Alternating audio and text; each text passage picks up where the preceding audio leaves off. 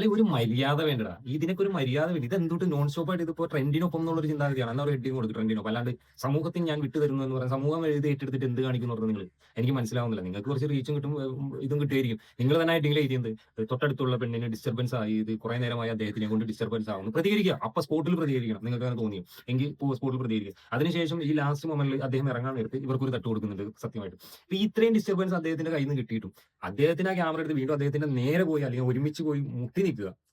ചെയ്യട്ടെ, അദ്ദേഹം ഒന്നുകൂടി ചെയ്യണം, എനിക്ക് എന്നാലും ആ വീഡിയോയിൽ ആ ക്ലിപ്പ് കിട്ടുള്ളൂ എന്നൊരു മെന്റാലിറ്റി ആണോ? അല്ലെങ്കിൽ ആ സ്പോട്ടിൽ ഇപ്പോൾ തട്ടിപ്പ് തന്നെ അദ്ദേഹം തട്ടുന്നുണ്ടില്ല എന്ന് പറയുന്നില്ല, ഒരു കൈ കൊണ്ടുള്ള ഒരു ആക്ഷൻ ഉണ്ട്, അത് മനഃപൂർവ്വമാണ് അറിയാതെയാണോ എന്നൊന്നും അറിയില്ല. പക്ഷെ ഇവരത് റിയാക്ട് ചെയ്യുന്നില്ല. ഇവർ വീഡിയോ എടുത്ത് വീട്ടിൽ പോയി കഴിഞ്ഞുകൊണ്ട് സമൂഹത്തിന് വിട്ടു തരുന്നു. വൈന്നൂര് മറ്റേ സ്റ്റാൻഡ് വിട്ടിട്ട് റെയിൽവേ സ്റ്റേഷൻ വരെ ഇങ്ങനെ പോയപ്പോൾ മറ്റൊരു കുട്ടിക്ക് ഡിസ്റ്റർബൻസ് ആയി, അവസാനം അദ്ദേഹത്തിന് കൈകൊണ്ട് കാണിച്ചത് കണ്ടു എന്നൊക്കെ പറഞ്ഞുകൊണ്ട് ഒരു കുറിപ്പ് ചെയ്തിട്ട് ഇവർ ഇടാണ്. എടീ, ഇവർക്ക് ലീഗലി മൂവ് ചെയ്യാൻ പേടി. ഇത്രയും വീഡിയോ എടുത്ത് പബ്ലിക്കിൽ അവരുടെ ഫേസും കാണിച്ച് മറ്റൊരു ഫേസും കാണിച്ച് പബ്ലിക്കിൽ ഇത്രയും വീഡിയോ ഇടുന്നവർക്ക് ആ സ്പോട്ടിൽ ആ വീഡിയോ ആണെങ്കിൽ എന്തേ പ്രതികരിക്കാൻ അവർക്ക് എന്തേ ശേഷി ഇല്ലാണ്ടാണോ, അതോ പ്രതികരിച്ച് കഴിഞ്ഞാൽ അത് വലിയ വിഷയമാവും എന്നുള്ള പേടിയിലാണോ? എന്താണ് നിങ്ങളുടെ ഇഷ്യൂ എന്നുള്ളത്? ഇത് പബ്ലിക്കലി ഇത് പോകുമ്പോൾ ഒരുപാട് ഈ പറഞ്ഞ പോലെ ആൾക്കാരൊക്കെ വിമർശിക്കും, നിങ്ങൾക്ക് നെഗറ്റീവായിട്ട് വിമർശനങ്ങൾ വരും.